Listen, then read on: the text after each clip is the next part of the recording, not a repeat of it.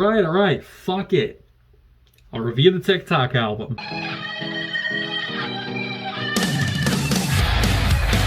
Welcome to Everyone Does Music, where today we're looking at the debut EP from Bella Poarch, the Dolls EP.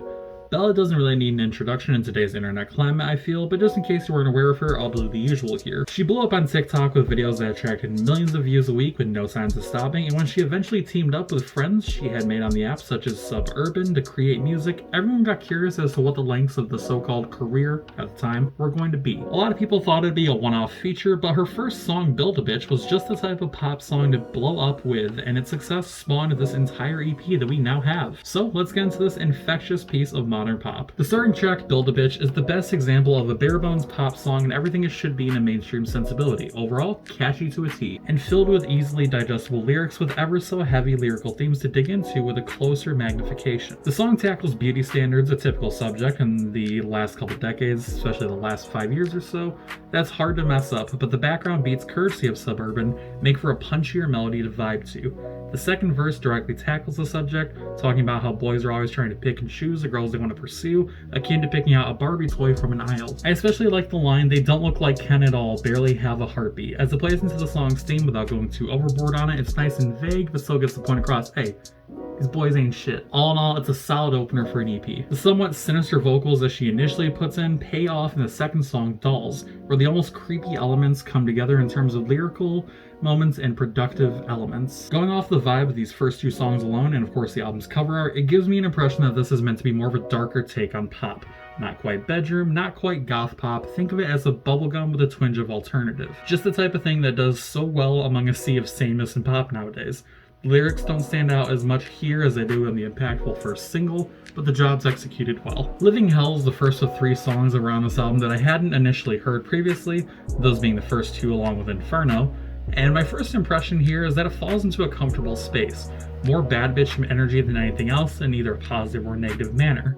I noted the sort of dark tone just a minute ago, and it is solidified here, especially lyrically, but it doesn't immediately alter the momentum, instead just keeping it on a steady track. I was worried this meant a stagnated middle of an EP, and that unfortunately does seem to be the case when you look at No Man's Land featuring Grimes. Grimes is already an artist that produces middling music at best. She's never been fantastic, but she's never horrible. And this combo initially had me very excited, but we just get more kinda, yeah, it's okay here when they come together. The beats have no real sense of switching up or trying to develop more into anything, and the vocal injection from Grimes feels muted and like it contributes nothing to the album, with the in and out entrance and exit. I wasn't able to find a lot of information on who did what outside of straight production credits, but if all Grimes did was contribute those couple lines, then it almost feels like a wasted feature that could have been noted as a writing credit, with Bella delivering the lines instead. The needed upwards trend of momentum does come with Villain, decidedly more punchy and groovy track similar to the first song, Build-A-Bitch, and I felt like in retrospect this song should have closed out the album. It's a thematic and purely good song sonically and enjoyably. It feels like the triumphant anti-hero speech at the end of a big scene, and having Inferno follow it felt odd to say the least. Speaking of Inferno, this song falls into a better version of the Grimes situation, Suburban having more of a presence on this song for obvious reasons. I mean, just listen to the song itself and he does more than pop up for 2 seconds. Even the instrumental piece of the song feels like it got the second biggest amount of attention off the entire EP, with even some similarities in beats and composition to Build-A-Bitch. Coming in at the end of an album is an odd choice, like I said, I was talking there about briefly with Villain. I feel like it would have done the album a lot more being in the middle to kind of break up those 2 tracks' monotony, sort of keep the momentum kind of rising up and down rather than rise.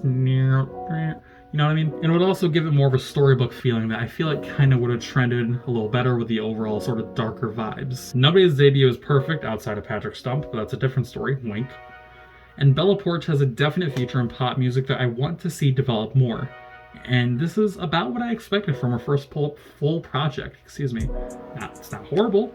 It's not the most perfect thing in the world. Nobody's perfect in their debut, except for Patrick Stump. Seriously, that isn't a backhanded comment at all, it's just me trying to hint at future content. I'm not gonna sit here and say she's the future of the genre, but she very well could be, and it's a decent debut album here that makes me want to listen to whatever comes next. I'm invested, I'm curious. And that's more than I can say for some of the other bands I've listened to.